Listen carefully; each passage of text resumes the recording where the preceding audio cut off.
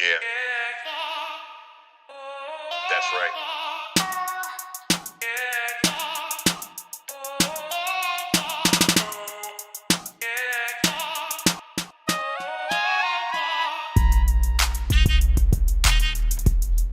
Calvin Pate from the DMV. Mr. Fingers.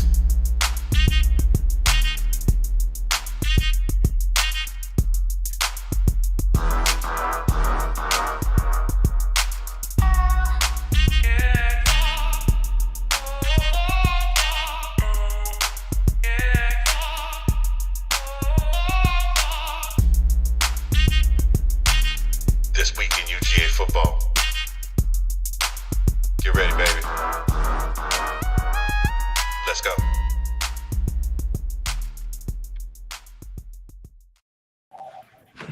Good evening, ladies and gentlemen. What it is. How are you doing up there? How are y'all doing down front? How are y'all doing along the sides? How are y'all doing backstage? Camera crew, you good? You got the angles? You got me and Colin, we're in frame? Okay, good. Welcome to this week's edition of This Week in UGA Football. I'm coming to you live from the 405 where the wind comes whipping down the plane straight in out of Zagniv's remix, straight out of Zagniv's Central.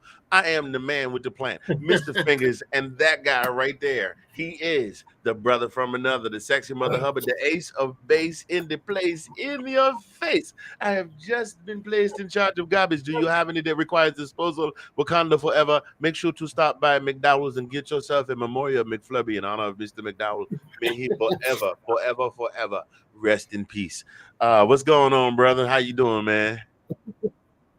Oh man, I'm doing good, man. Sorry, just waking up, man. Took me a little nap after a fun-filled trip, field trip, I should say, with the B man today for his with his school. We went to the DC Zoo. Yeah, like to slip my mind this morning as I was on Race Against Time, but I made it. It was great. I went there last year with his other class, and we were on the yellow bird or the blue bird, whatever you want to call it, the yellow missile. You know, those buses. It was a bit of a you're smelling the diesel and a little bit of the rough ride and everything. This time though, we were fortunate to have a charter bus, and it was awesome. It was so awesome to have a charter bus, a smooth ride, smooth seats, smooth smelling. Like a Cadillac in that joint, man. It was nice. It was very nice. Oh, that sounds nice. But yeah, that sounds real nice. Got some good pictures. Got walked around, looked at some animals. It was a beautiful day for it too. Because the last time we went, it was overcast and raining and stuff. Today was not too cool. It was very nice. So good day to be outside walking around. That's for sure. Oh, that is 100% what is up right there. Yours truly this weekend. I do the PA announcing for the Putnam City West Pirates. They're a great group of kids. They've struggled a little bit this season. I haven't shared any of that here on the show. We've talked about it off camera, but I am happy to say that this past weekend for homecoming, the Putnam City Pirates won their first game of the season against the Capitol Hill Red Wolves, and they looked real good doing it. So it was really great. That's The crowd was into it. I got to say touchdown Pirates for the first time all season. Like, man, these kids have really struggled, but they're out there and they got a whole lot of never say die in them.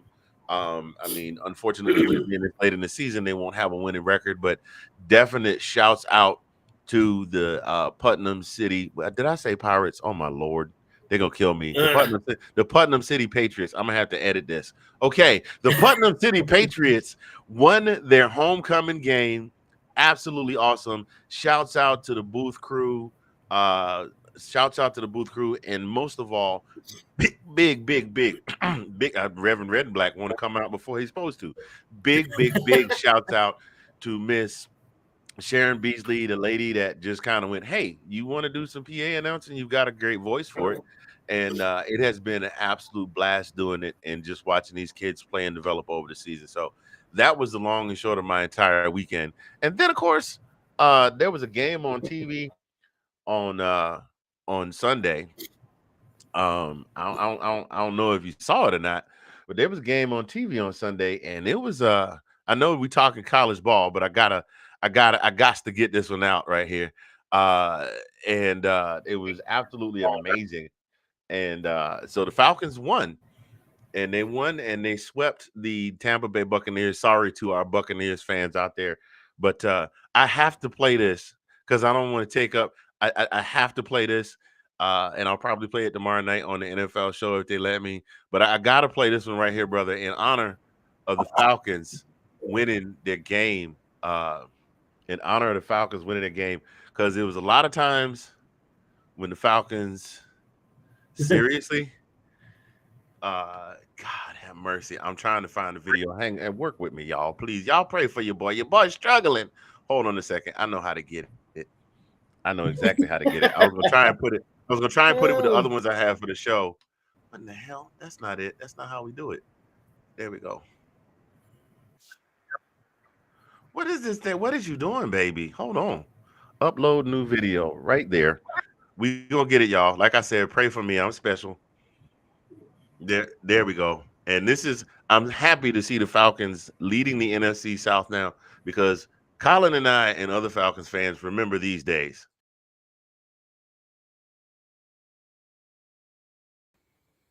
Lord have mercy. Hey, y'all come look at it. They beating them babies up over there. Y'all stop beating on them babies like that. Y'all gonna help them babies. Them babies need some milk. They need some milk. Run, Maddie, run. Ooh, that's bad. That's bad, y'all. It's bad. Y'all, ooh. They not rising up today, that's for sure. Hey, can somebody call Sarah McLaughlin with the sad music and have her come and raise some money for these boys because they need it.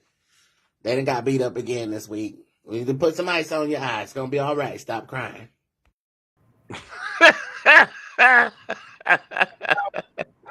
Man, I remember those days.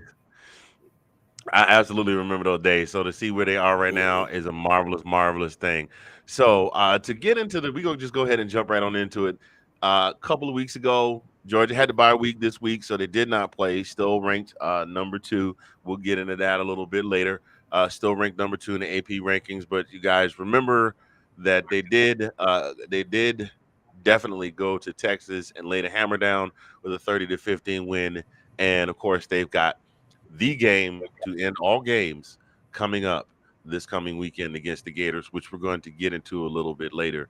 But first of all, before we even get into that, let's go around the SEC. My brother, it was a weekend full of football. And first and foremost, Texas and Vandy. I know Vandy Chris is watching. Vandy Chris is watching. Vandy is not playing. Somebody that we know and love told us that we should just put away the little brother, and I'm right along with him. Is it time for us to admit that Vandy is it's not just a fluke that Vandy is good this season? No, I mean I think they're what Clark Lee has actually been the proponent from the get go. I mean, he said that they were going to be in the thicket of the SEC, and I'm damn if they ain't. They're not there. I mean, they could have won this game, this weekend. I mean, they were up on Texas. I don't think they were up on Texas, but they wouldn't go away. You know what I mean? They would not go away. Absolutely they actually not. had a chance to win this game. Absolutely not. They hung in there. It kind of was reminiscent of another game where another team who was an underdog, launched that comeback and almost took the game away. Like this is not the team where you go out and beat up on them and then just play keep away for the next 3 quarters. This is the team that if you let up off the brakes, they're going to catch up with you. Now, I will readily admit that they owe a big part of that to one Mr. Diego Pavia, and what an amazing story he has been. I mean, you're talking about a kid who essentially nobody wanted. Like nobody wanted him to come and play, and look at what he's doing, man. I mean, the Vanderbilt Commodores are 5-3 now by ranking structure. They're eighth in the SEC, but you also have to stop and think about the fact that you've got one, two, three teams locked up. You got three teams locked up with one loss apiece. You got one, two, three, four teams locked up with two losses apiece. And then Vanderbilt is in the next group with one, two, three, four teams with three losses apiece. I know they got to rank them out, and there's tiebreakers and all of that. But realistically speaking, Vandy is in some good company, and I want to go ahead. I want to go ahead and give them. I want to go ahead and give Vandy the air horn for real, and a round of applause because they have been doing the doggone thing this season. Well, to your point about Pavia. To your point about Pavia, that like Quentin Ewers. I mean, like the past couple of games, he's had several picks. He had two in this game. Although he did have 3 touchdowns, he had 288 yards, but had 2 picks. When do you think there'll be a time when we see Arch come in the game with more of a defining factor, or more part of a game? Like, will he come in? Will he be replaced? Arch replace Ewers? Or is it time yet? I think if it really calls for it, they will. Case in point, what we saw in the game against Georgia. But we also have seen, if the game gets that far out of hand, what can Arch really do?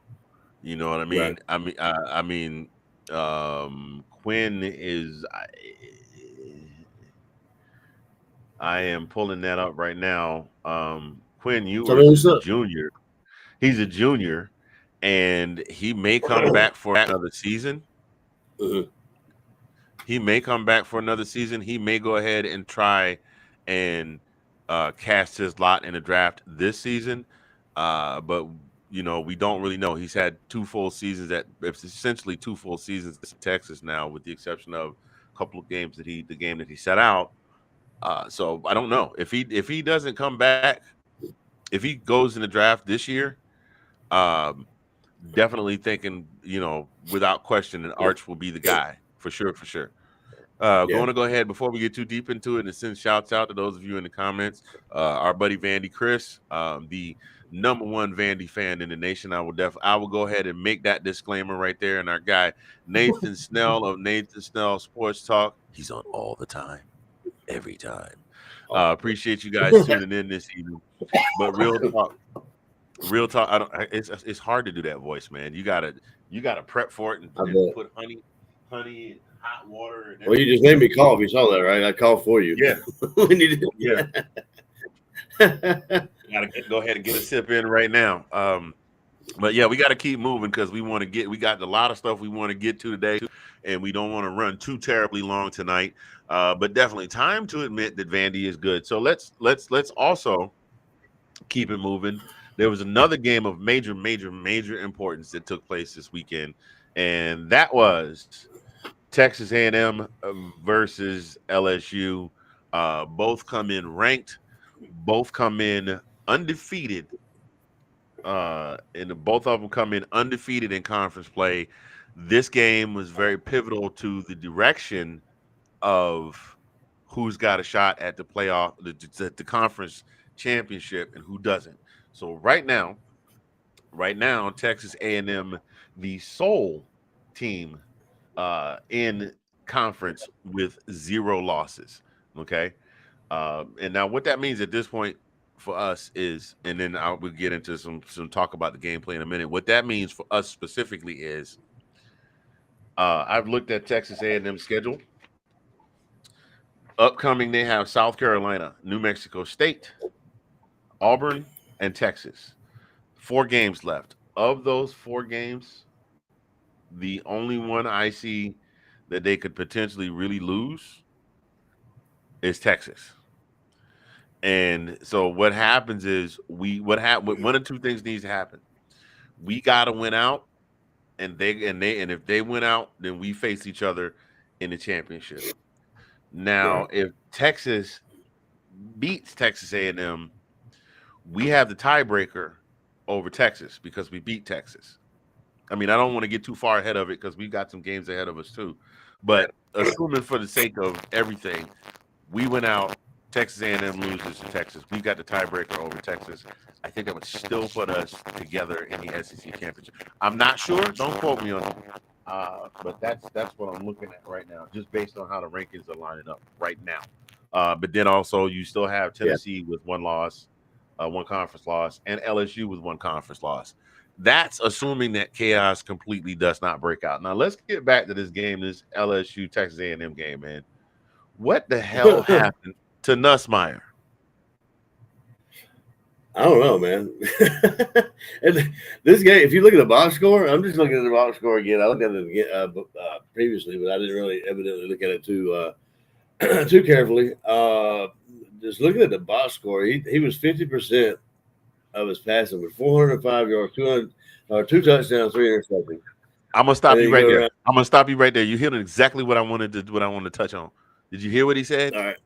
Nussmeier threw for 405 yards. For comparison, Connor Wegman and Marcel Reed combined for 134 yards passing. We will get to the rushing in a minute. Those are y'all that will say, well, what about the rushing? Texas? No. I just want you to understand something.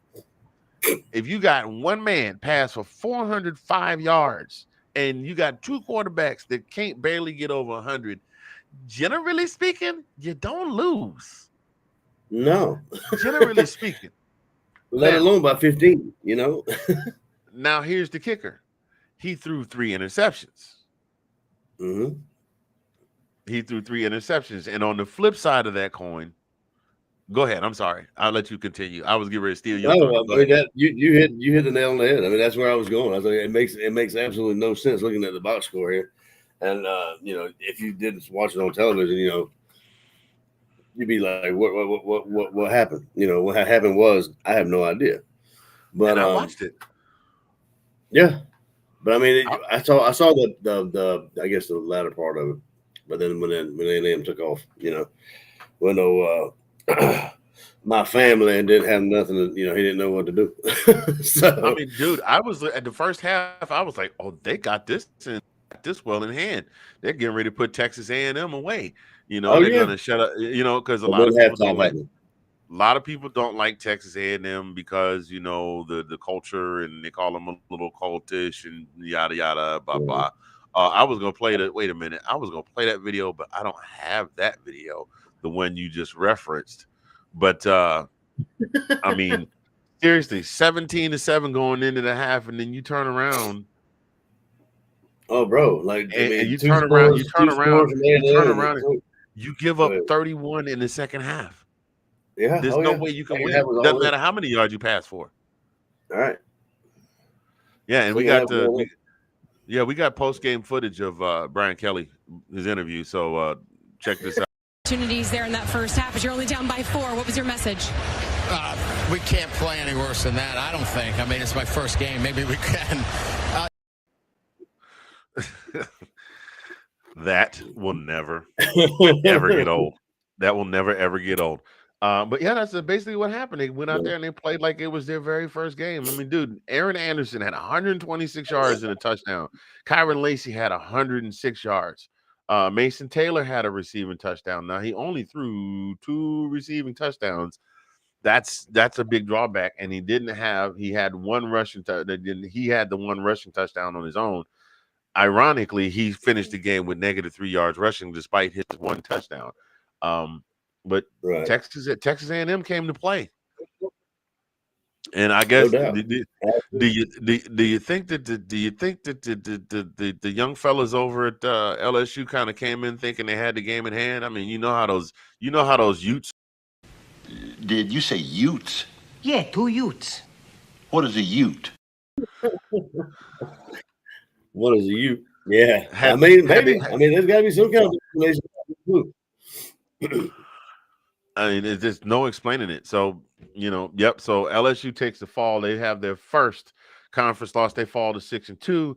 Texas A&M improves to 7-1 and 5-0 in the conference. LSU has up next, and LSU better strap up, because if they thought that Texas A&M was hard, They got Bama. Yeah. They Yeah. got Bama coming up, and I believe they're playing at Bama. That one I don't know. I think they're playing at Bama, or is Bama coming to LSU? I'm about to tell you in a second. Um, Come on, computer. Yes, the marvels of the modern internet.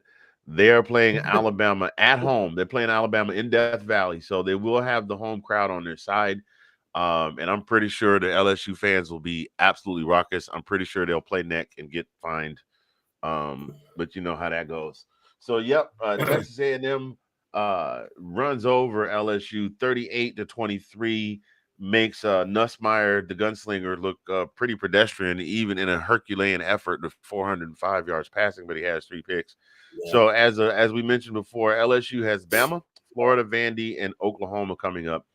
And I see Bama being a little bit of a tongue twister for LSU. Now, on the flip side of that, like I said, Texas A&M has South Carolina, New Mexico State, Auburn, and Texas. Those of you that are in the chat, please feel free to jump in and throw your questions in there, questions, comments. We got plenty. We're going to keep this thing moving on along. Like we said here, A&M and LSU did their thing. A&M and LSU did their thing. We're going to move on to a game that we did talk about Texas and Vanderbilt. Pavia didn't throw for a lot of yards, and he had a couple interceptions, and I honestly think that was the difference maker in this game. He did still run for 67 yards. Ewers had 288, but Ewers had a couple of interceptions himself, so that managed to keep that game close. But we know how that is going. Hey, what? Let me just interject into that Texas game. So Clark, you did see where I posted in there that Clark Lee had put netting on the student section of Texas. Yeah, and I think that was troll level 1000. Oh yeah, that was absolutely hilarious. Fake but funny as hell. We go. Hey, you know what? Clark Lee gets one of these. I think every time we say Clark Lee for the next few weeks, we gonna put one of those out there. Vanderbilt, even though they now have the couple of losses, this is what they have in front of them. They got 4 left. Man, this season flew by fast. Vandy has Auburn on deck, then South Carolina, LSU, and Tennessee. I think that the interstate rivalry game is going to be, as our boy used to say, a slobber knocker. I'm just saying. I'm just saying. But Texas does Texas things. They managed to. Honestly, I'm just saying they held off.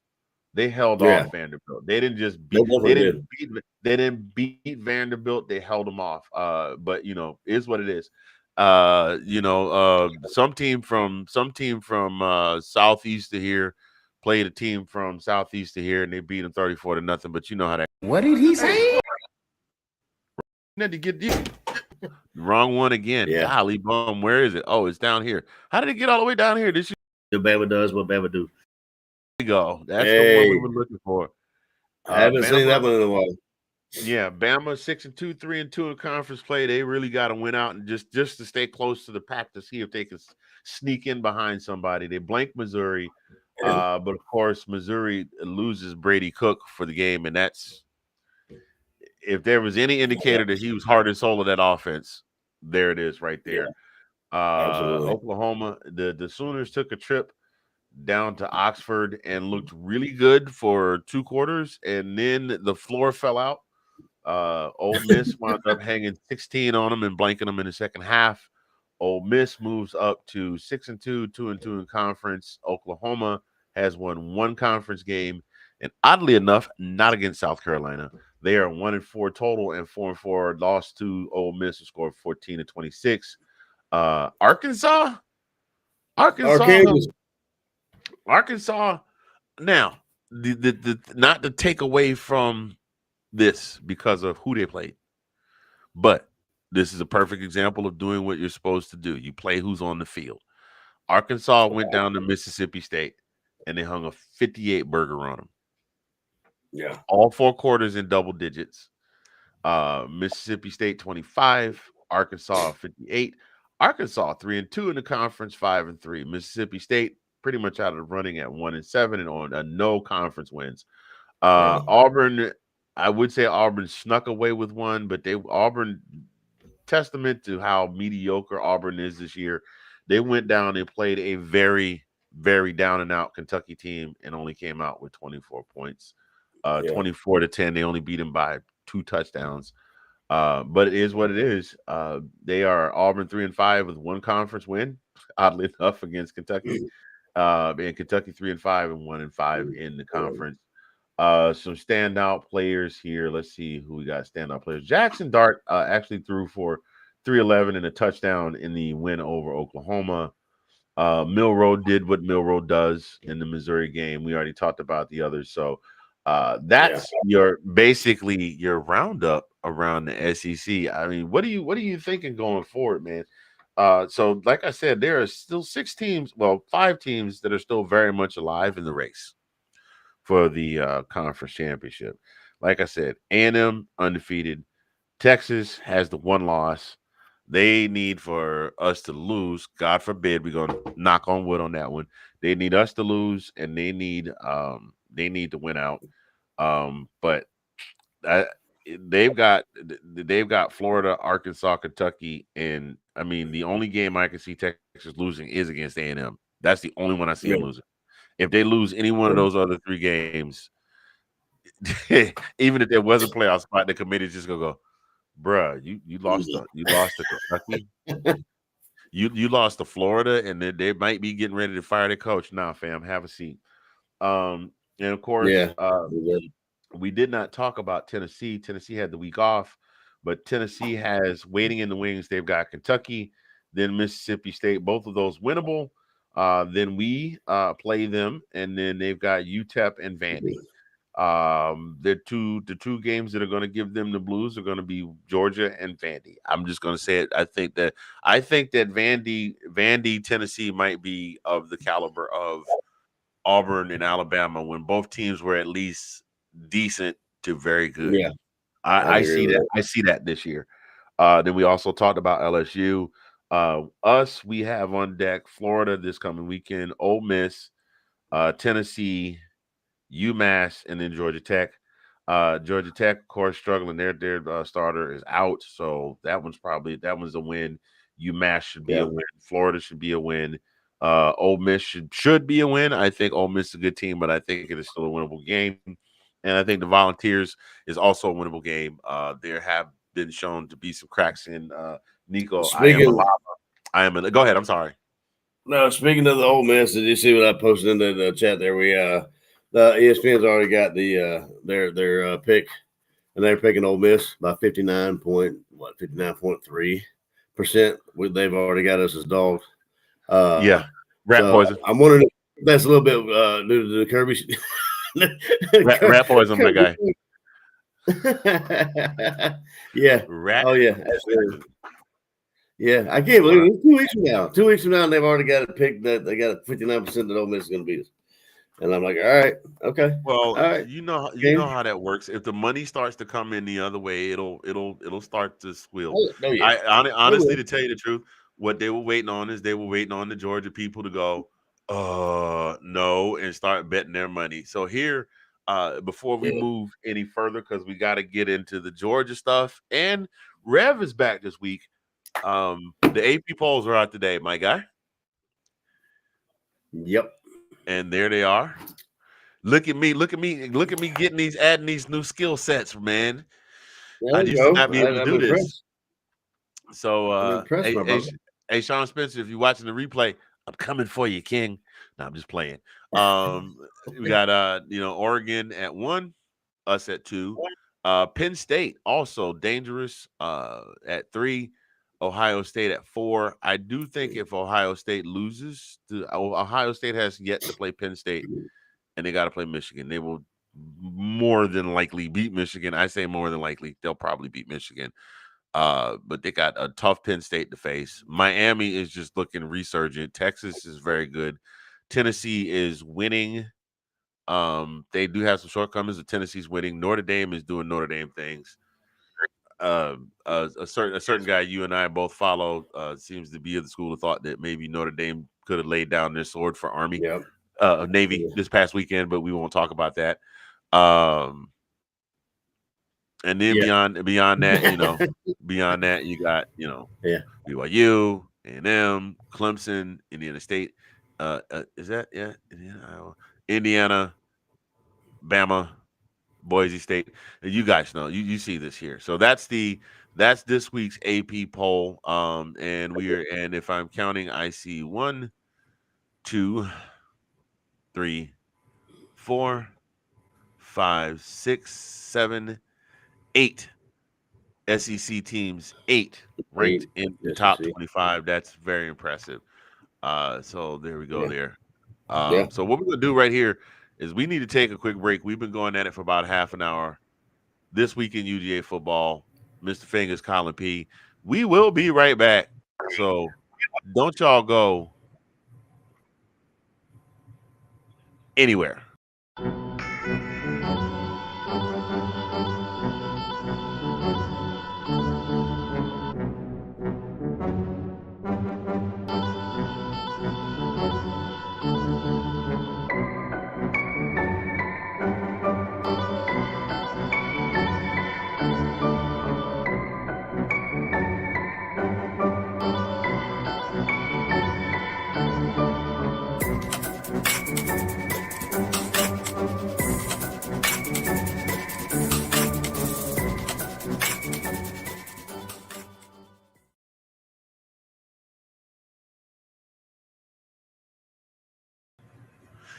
And we're back. We hope you guys missed us. Thank you so much for tuning in this week in UGA football. Mr. Fingers, Colin P. talking football for me and thee, and him and me. And me. No, it's him and me. That's what I meant to do. For us and thee and him and me. That's what I meant to do. We were just talking about there it is. Yeah. We were just talking about the AP poll. We'll be getting we just went all the way around the horn. There's a projection out right now of the CFP if it happened right now. Yeah. Oh, what we're looking at. This is what the field of 12 looks like right now. If it went down this week. Wow. Tulane? Really? Am I seeing that right? What? This must be. Is this old? I thought it's got to be old because Tulane got beat, right? Did Tulane get beat? Yeah, I got to go back and look. Wait a minute. Let me look at that because that was dated today. It's the only reason I pulled it. Oregon's not even on it. Oregon's not even on it. Yeah, this has got to be old. This has got to be old. They pulled the old bait and switch on your boy because it was definitely dated today. So we're gonna get rid of that one right there, and we've already shown that one. So we're gonna get rid of that one right there. Yeah, okay. They got me, y'all. I should have taken a closer look. I just saw today's date, and I was like, all right, we solid. Oh man. So this is the time of year, ladies and gentlemen, that every dog fan and every Gator fan looks forward to. That first weekend in November.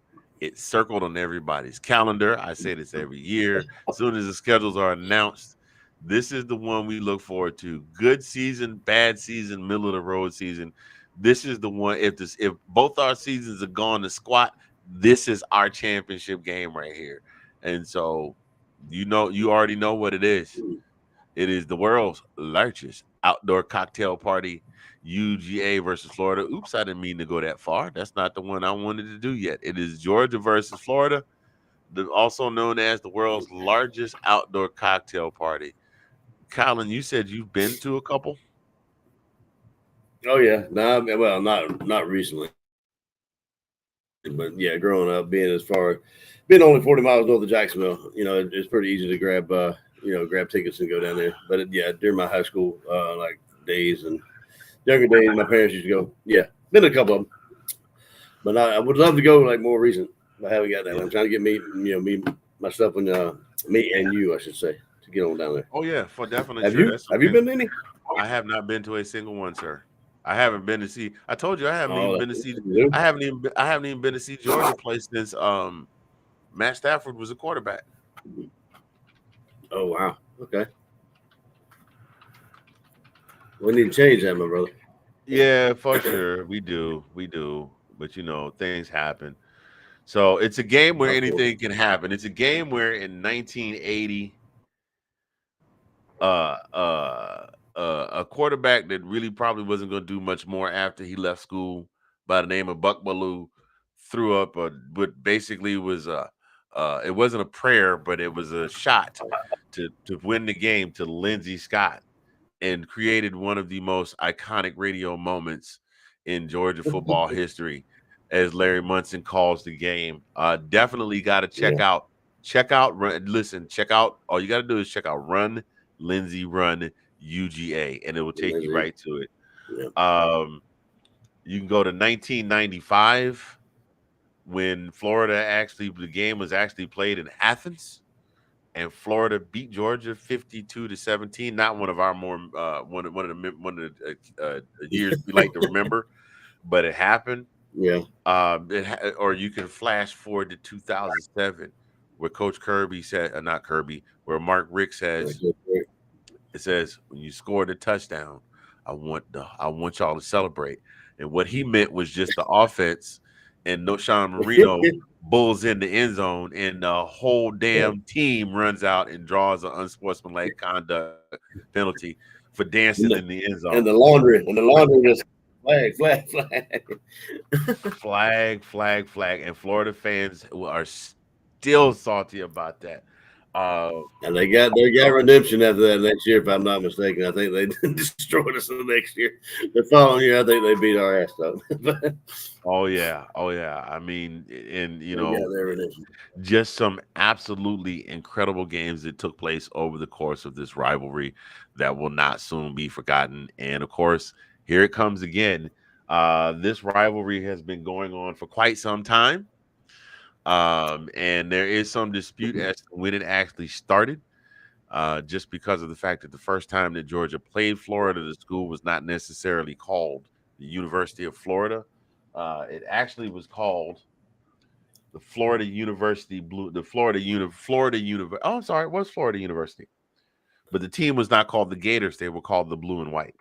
So,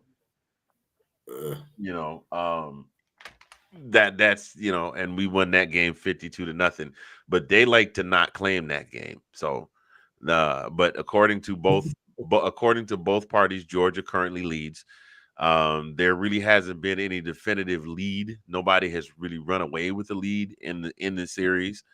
It's a lot of 2-3-4 wins here and then 2-3-4 wins the other way. The most that have been won by either team is 7. And that probably was Tebow years. That more than likely was ball coach years.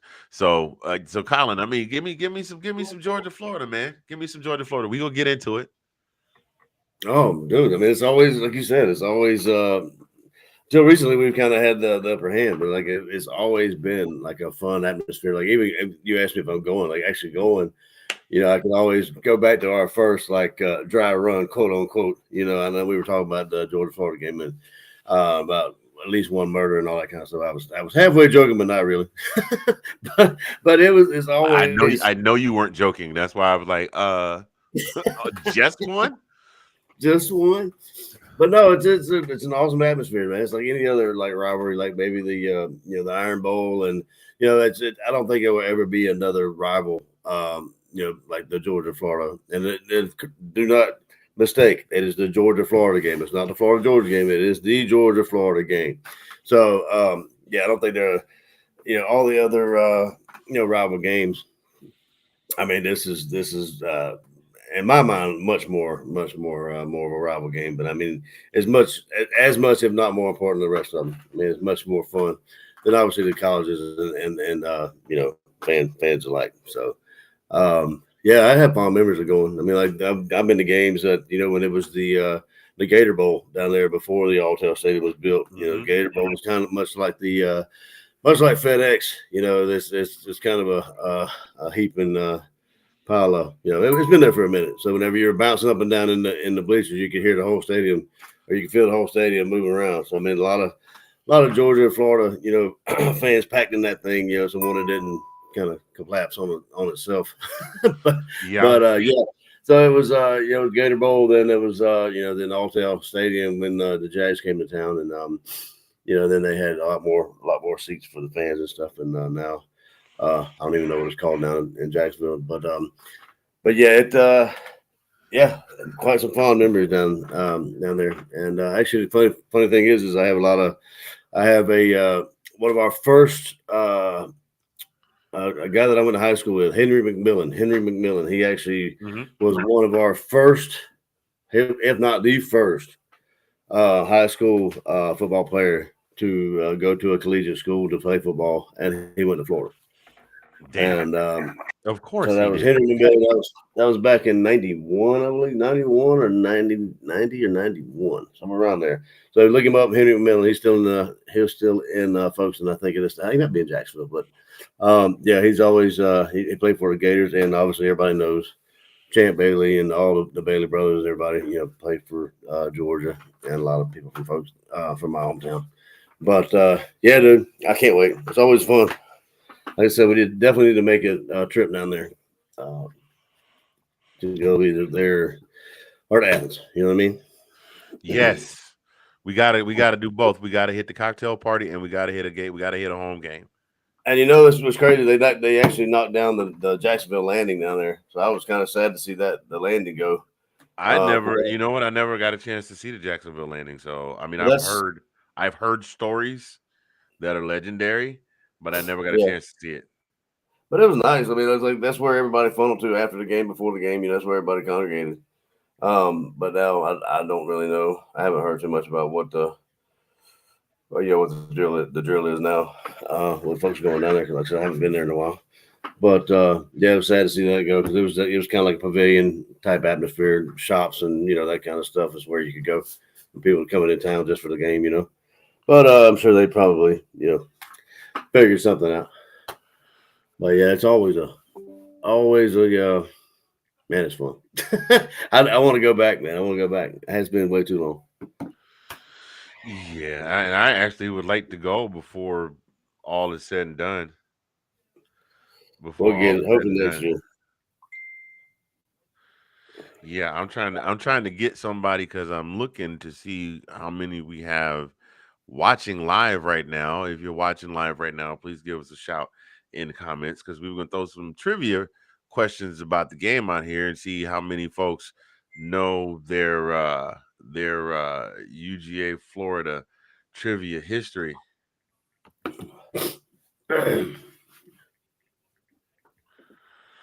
So basically what we have is I've just got 3 questions. That's all I've got.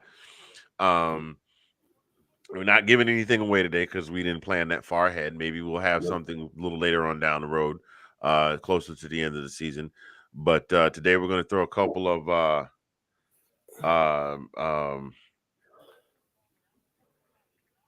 we're going to throw a couple questions out there and see what your knowledge of the game, how well you know the game that we love so well.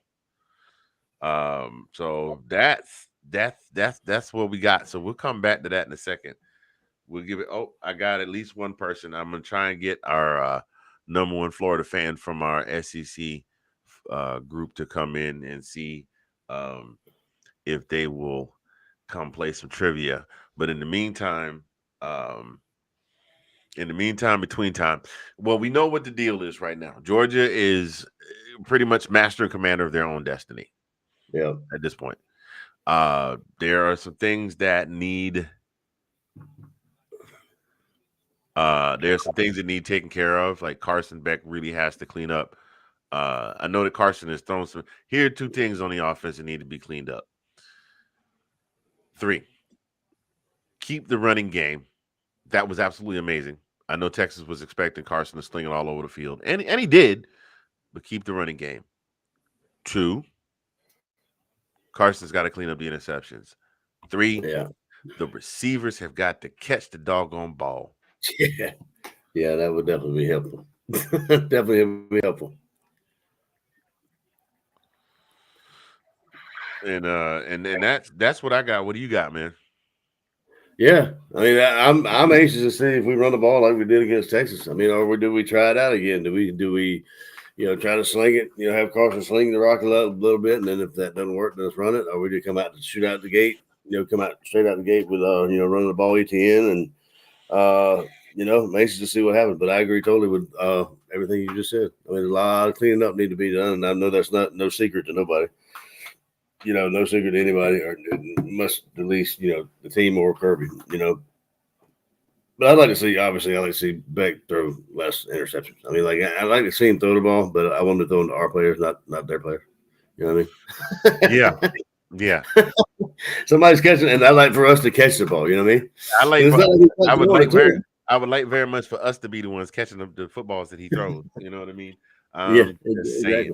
It doesn't do us any good, and he throws the ball. It's like, very good, you got somebody to catch it. Unfortunately, he's wearing a blue and orange jersey, and that does not do us any good. Since seeing that blue and orange and green are not our colors whatsoever. So well, he said, well, we can't catch our own ball. They don't. Our team won't catch it. Let's throw it to the other. I know that's not the case, but damn, why you gotta be so savage, bro? Why you gotta go on our boy like that?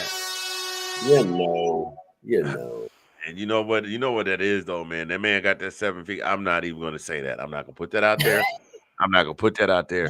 But just call it what it is. The man got a 7-figure NIL, and he's got a model quality girlfriend. And you see his IG or reel or whatever that he put up some movie or some clip, and there was this girl saying you got to have a dog or something like that, and they pulled out it was a Labradoodle. I'm like, how you gonna do that? How you gonna say you gotta have a dog? She said my 2 favorite dogs. There was a Labradoodle and Carson. That's nuts. I was like, well, all right now. Yeah.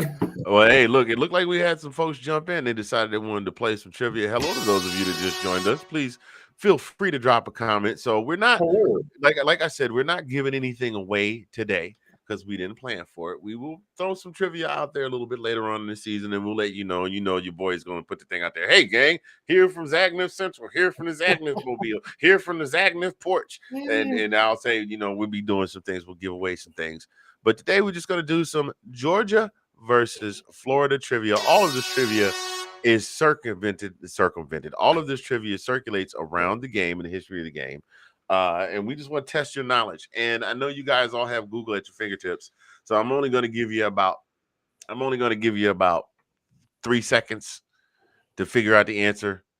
And if I don't get an answer, and you know what, I'll give you 10 seconds to give me an answer in the comments. So, but you know what, I'll let you have 10 because we're not giving anything away. So fine, if you want to use Google or whatever, that's fine. So, are you ready to go? This is Zagnifity. I just made that up. I didn't want to break no copyright law, so I had to come up with something. UGA versus Florida trivia, and here is the very first question. The question is, where was the first game played? If you guys know where the first game was played, and then by where I mean what city? What city was the first Georgia versus Florida game played in? Now, mind you, I will take, there are 2 possible answers, and I will take either one of them. And there's a reason behind them being 2 possible answers. So, long time ago, as the American Pie, Don McLean once said in American Pie, excuse me, the 2 teams that resided in the 2 states adjacent to each other down on the southeastern border of the United States said, hey, you got a football team. We got a football team. Let's get together and play. And they scheduled a game together. And that's where, and I thought people would be popping in the comments to say some stuff and give us some comments to let us know. Because maybe they're perplexed. Maybe they do not know. Maybe they do not know. Maybe they're searching. Well, alrighty then. That's more than 10 seconds. Where's the Google gangster that usually has all the info that everybody needs to know? He's somewhere watching baseball or something like that. It's Monday night. There's a football game on. That's why he's not watching. Where was the first game played? Either answer would have been acceptable, but the very first game played between a Georgia school and a Florida school was played in Macon, Georgia in 1904. Now, this is the game that is not acknowledged by the University of Florida because I forget why it is, but that game is not acknowledged by the University of Florida. That is the game that we count in the records as far as win-loss totals, and Florida does not count that game. All right, so moving on to question number 2. Those of you that just joined us, hey, appreciate you. Let's see what we got here. Question number 2. How many times has the game been played in Georgia? That's question number 2. The game has been played in Georgia several times, but it's been played a specific amount. Yeah, it's a number, somewhere between 0 and whatever, because they played several of them. But since it looks like we got nobody typing and nobody chatting, we'll go ahead and give you the answer. The answer is dun, dun, dun, dun, dun, dun, dun. I don't have any fanfare. That makes me sad. That makes me sad. That makes me very sad. The number is 8. The game has been played 8 times in the state of Georgia, 5 in Athens, 1 in Macon, that aforementioned game, and the game that 2 games that were played in Savannah. Good town, by the way, Savannah. I heard a lot of good things come out of Savannah. A lot of good things come out of Savannah. Well, here's question number 3. And we'll move on. All right. Again, those of you that just joined us, we're doing a little Georgia, Florida trivia, and we are just throwing some questions out there. Test your Georgia, Florida trivia knowledge. Since the game, and we know that since for some time now, the game has been played in Jacksonville, and that's considered a neutral site. But since the game has been in Jacksonville, how many of the Florida-based games have not been played in Jacksonville?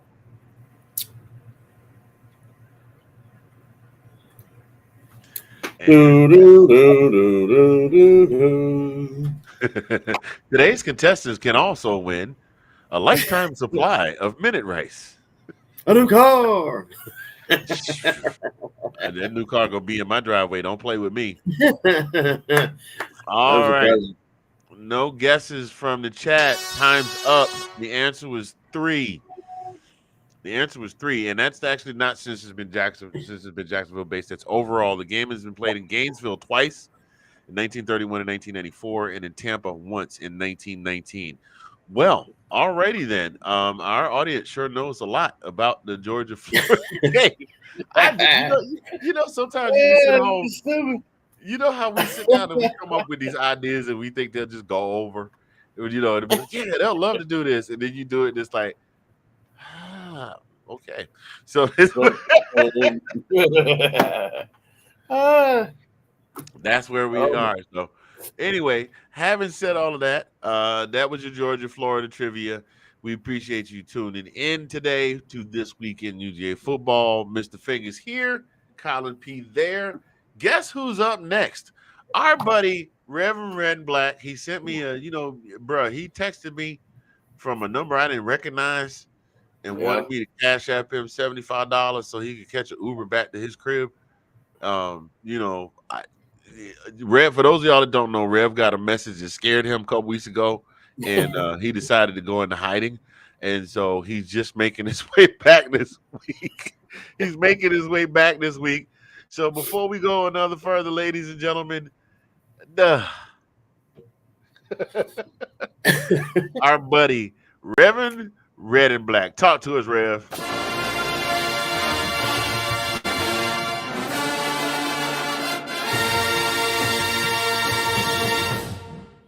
Amen and amen. It is good to be in the house of the great bulldog spirit in the sky and with you, his beloved faithful, once more and again. I apologize for my extended absence. My anonymous tips to I'm sorry. I meant my personal physician advised me that it would be good if I spent some time away from things so that things could clear up. That's about as much as Rev can say about that, but sometimes we have to say things in silence. Anyway, we move on. We did see that the Dawgs won against Auburn. We saw that they won against Texas in convention fashion. Boy, they whooped them good. Now, we face a rival that we have faced for well over a century in the Florida Gators. Our oldest and most hated rival. And we know that sometimes things can happen, although if things go as we expect, we will emerge victorious. Now we hope that the Dogs on the heels of their battle against the Longhorns do not look past the Gators onto Ole Miss. But something tells me that their leader, the great visor man that does all he can, who has the master plan, will talk about Kirby Smart for those of y'all wondering. The visor man will have the boys ready to go and raring to go when they hit the field this coming Saturday. Now here's some things that we gotta look out for. We gotta look out for that deep ball. That boy Lagway got an arm, and he got one of the best deep ball completion percentages in all of college football. So we got to look out for that. But I think that we will be ready. So I'm going to go ahead and give, even though Florida has 4 wins, but there ain't a whole lot you can say about that, because sometimes wins is just wins. Shots fired. I meant they ain't played nobody. Shot. I'm sorry, Rev got something stuck in his throat today. Pew, pew. We think that the Dogs will come out victorious, and unfortunately probably send the man known as Sunbelt Billy into an early retirement from this particular job. So we don't know, but who knows, they might hold on to him for the end of the season. Ain't no telling. Early signings and all that kind of stuff. Rev don't get into all that. I just wear my stolen talk like I've been smoking cigars since I was 6. Anyway, bye-bye, Sunbelt Bill. I'm sorry, it's happening again. Sorry. I had to. The Rev was having a little bit of a coughing fit. We back now. Having said all of that, the Georgia Bulldogs 45, the Gators 15. That is what I have for you. The great Bulldog Spirit in the Sky be with each and every one of you. I'm going to turn you back over to Colin and Fingers now. And as we say each and every week, go Dogs.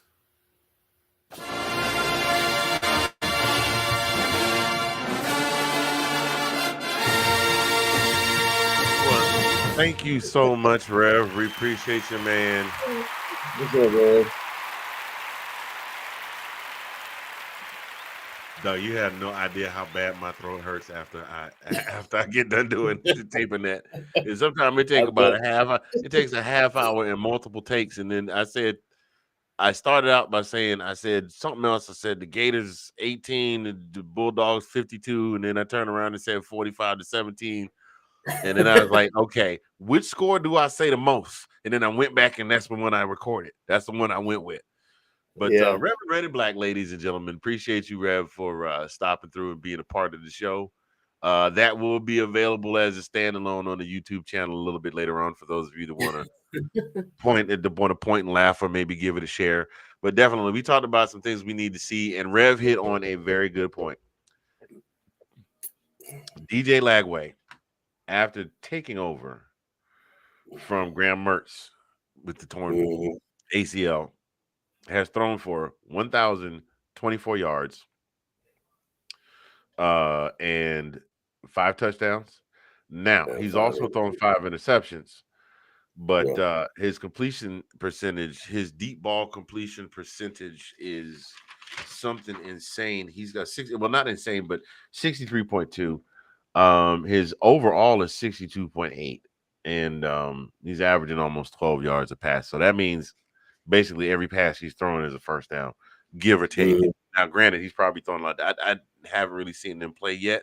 This will be my first time seeing them play. So, now here's something else. What are you looking for? Yeah, I mean, that being said, that will definitely put a little bit of stress on our secondary. But I mean, our defense is long. I mean, I'm anxious to see if our defense steps up like it did last week. I think they got the fire in them now, though, man. I think they did. Yeah, like I said, the last show, I think we kind of maybe have turned the corner and maybe have clicked the switch to get on all cylinders finally for the defense.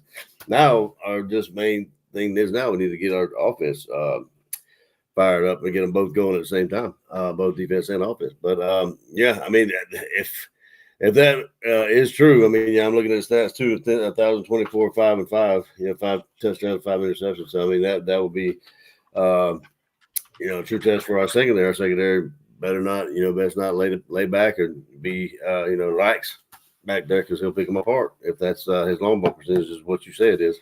So, I'm expecting to. I mean, I just hope we don't I don't think we don't have a habit of doing this. I don't think, but we do every now and then. But I don't want to look past Florida. I don't want those guys to act like it's a foregone conclusion that we're going to walk all over Florida. So, because that's when it comes up and bites in them hind parts, Yeah, and for him being a gunslinger, our DBs really need to be on point, and they need to be careful about. We've gotten flagged at some crucial times. Now, what's going to hurt? Dan Jackson. Yeah. We don't have him in the first half, and matter of fact, we got 2 DBs that are out, and they were crucial in last week's victory. And we need everybody else to step up their game and hold it down until the second half. The other thing we need to see, definitely, I mentioned this earlier, that run game. I want to see Oscar Delp, visor man. What was that? What Rev said, the visor man with the master plan or whatever it is. Yeah. We need and that. Lucky, And we need to see Lucky, and we need to see more out of Travis, and we need to see more out of God. The boy popped up, and they played the hell out of him in game 1 against Clemson, and then they barely let him. Frazier need to get him out there. I mean, there's a laundry list of people that I personally would love to see. I mean, like my boy Cash, put him back in there. We got a litany of people that we can throw in. Hold on though. Cash is still getting touches. Cash is like Lad McConkey that freshman year. He's get a touch here and a touch there. Watch what I tell you. Next year is probably gonna be Cash's breakout year. I mean, he probably ain't gonna grow no bigger, but then Lad wasn't no big dude neither. So no, Cash. he's not a small dude. He's 6 something. He's 6'3", I think, but he don't look it on the field. But anyway, well, guy, he's on the field with a bunch of monsters. Right. So exactly. So you know how I do. I always roll with Rev with his prediction. So I'm rolling with Rev and his prediction. What you got for me? Yeah, no, I agree with that. Well, not 45. Let's see, as far as the score wise. How about? The over-under is 52. I would say we're gonna hit 52. I say 52. Let's go 52-17. That's a 52-17. Okay. Yeah. All right, we'll keep that in mind. Write that down somewhere. We'll come back to it. I mean, Rev put mine out, so we got it. Write that down somewhere. Yo, Rev was firing shots from the back row, wasn't he? He was sublims all over the place. Sublims. Bruh, he was like Steph Curry during his warm-up shooting from the tunnel. Right. It's like pew pew. Pew pew. Buy some of it. Yeah, so final thoughts. Honestly, it's been a great show today. I think I'm very excited. I want to see the Dogs do the doggone thing, no pun intended, and go ahead and run this table. But just overall, outside of the SEC, this has been a phenomenal college football season. Like nobody had just outright run away with it. And every time you think somebody's this was gonna be the one to come out of the pack now. Oh, they lost. Oh, this was gonna come out of the pack. Oh, they lost. Georgia was the preseason number 1, and then looking kind of hinky, and then Alabama made us look like a bunch of second grade junior varsity, not second grade varsity. Yeah. That's true. How bad you got to be junior varsity in second grade. Second grade. Yeah.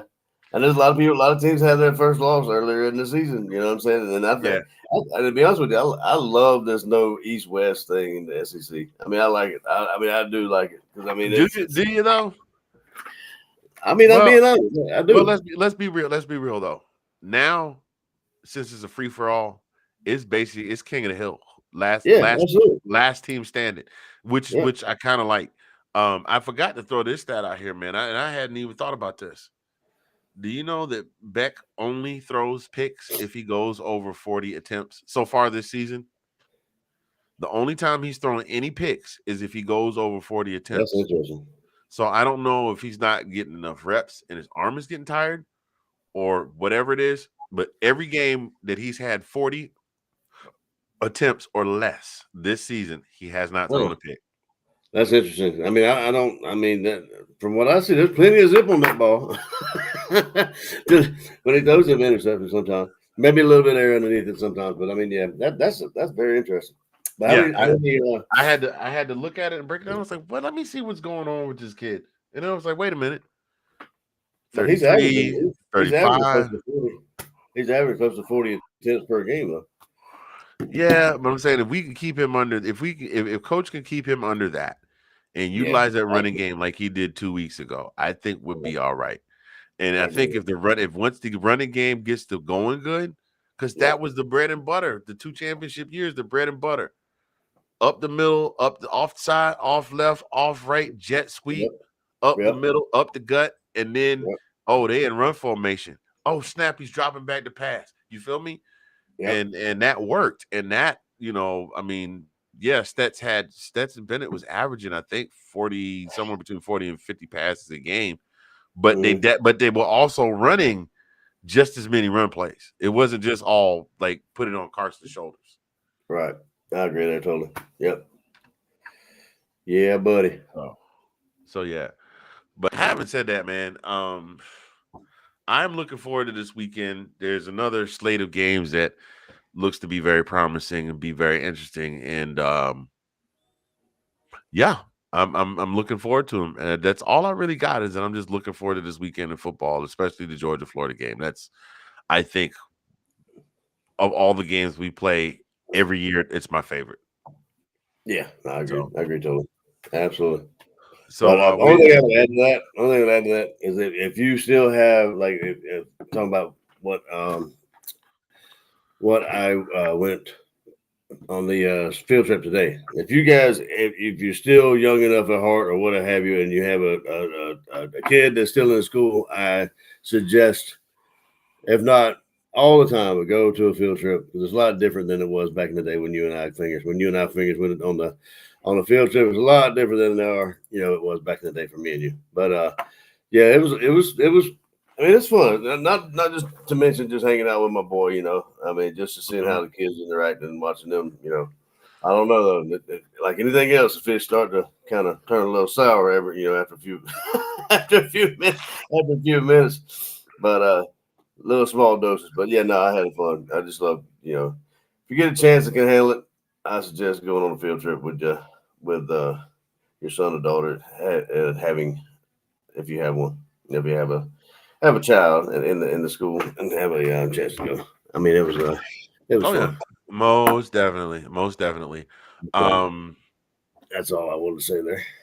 Yeah, that's pretty much all I got too. I just want to, thank you guys for, I did something interesting this weekend. Like I said, I did the football game.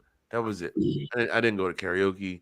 I didn't do anything. I just sat at home. And man, today kind of wore me out, but not like a normal Monday. Not like I'm still kind of, recovering from the weekend. Not that I do any drinking or partying, but I wasn't doing that whole recovering from the weekend. Right. When it was time to go to work today. So, if you get a chance to just sit still, I know the weekend is for doing stuff, but sometimes just sit down. Don't do nothing. Put your feet up. I mean, I did some stuff here at the house that needed done. I needed clothes clean. Needed to take some trash out, stuff like that. I cooked a little bit, but I didn't go too crazy this weekend. And you know what? I foresee myself being asleep. It is 8:45 here right now, 8:44. I foresee being asleep in the next hour and 16 minutes, as long as things don't get too crazy. Feel me? Yep. I can guarantee that'll be me. I can guarantee my eyes will be. Oh yeah, I know, Mr. Oh snap! It's 8 o'clock. Ah, yeah, I was taking a nap, dude. I didn't even bat an eye. It was like when Brady's mom came and got him. I laid down. I'm gonna take that just a little bit of a nap, and then blah blah blah ring, blah blah blah ring. Hey man, that's the phone, Eddie. That's not me. I was like, what's up? Just waiting on you, dog. What? Wait, what time is it? 7, 6, 8, 9, 20? Yeah, I'm glad you called. Glad my phone was on ring. So yeah, man. I haven't been in here going calling the pop in sooner or later. yeah. Fast me late. Right. Well, you guys, y'all be good. We appreciate y'all tuning in to this edition of this week.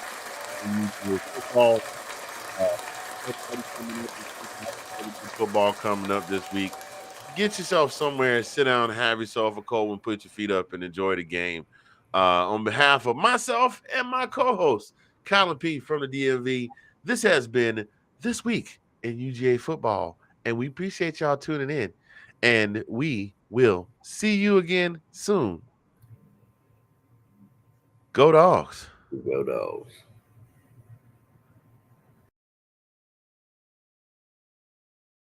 Wait, they're not doing it. Now that's how you supposed to drive. From now on, that's how you drive.